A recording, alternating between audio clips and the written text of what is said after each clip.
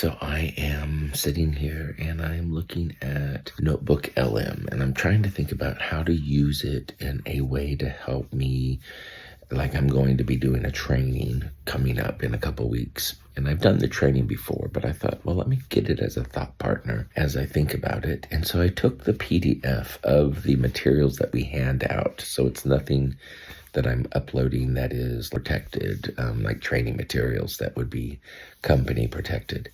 But instead, I just uploaded the PDF of the handouts, which has the activities, and then it also talks about the outcomes for the training. So I uploaded it, and then I just said this question.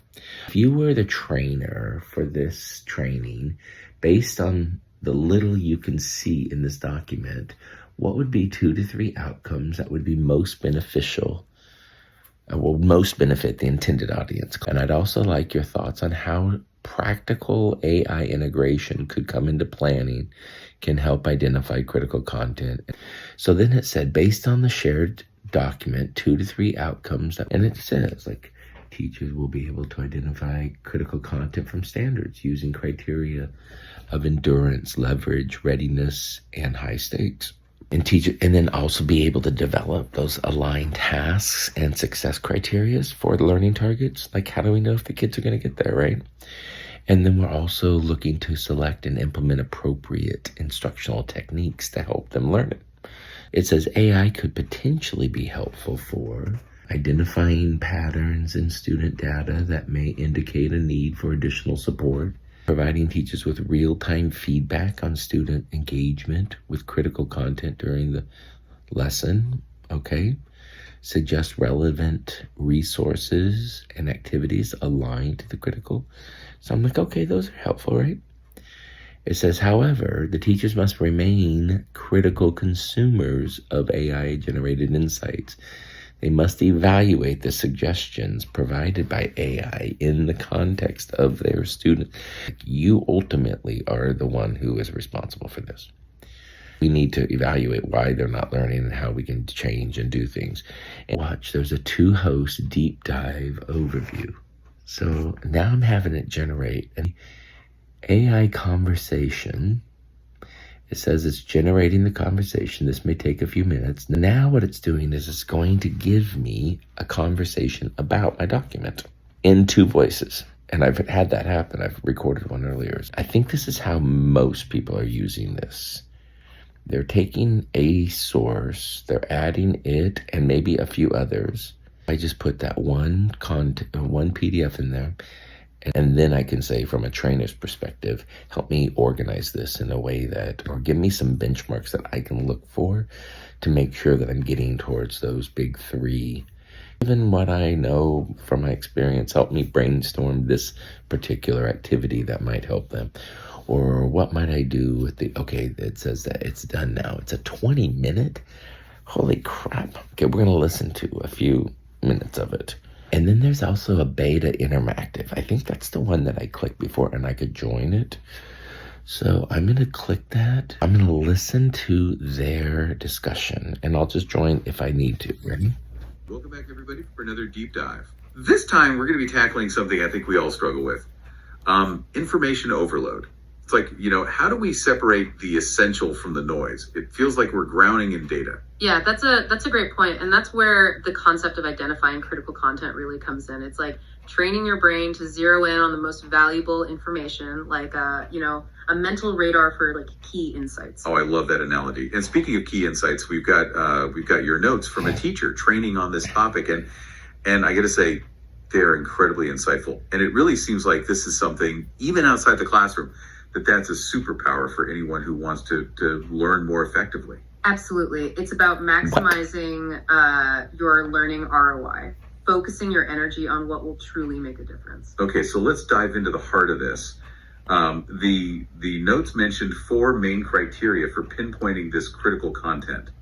Think of it as having a conversation with the material, testing your understanding as you... Oh, wait, someone wants to join. Hey, go for it. Hey, thanks. My name's Todd, and I am also going to be presenting this training. And so I was just curious from your perspective, like, what would be some things about when you're talking about formative assessment that I might use with adults to see if they are getting the training's content that you're going over? Well, that's a fantastic question. And it's great you're thinking about formative assessment for your training. For adults, it's less about, quizzes and more about application and reflection. Yeah, it's less about did you memorize this fact and more about can you use this idea. The goal here is to make sure that your trainees are really understanding things at a deep level, not just regurgitating information. Exactly. The training notes mention scaffolding and extending activities. So consider asking your trainees to connect the training to their work. Things like, how would you apply this to a current project? Or what challenges do you anticipate? Those are fantastic ways to gauge understanding, Todd. The notes also talk about having learners create learning materials. And you could do that with adults too. You could have them develop a quick guide for their colleagues or something. That's a great idea. Another tactic is to use open-ended questions that prompt deeper thought. You could ask, what surprised you most about this training? Or what's the biggest takeaway for you?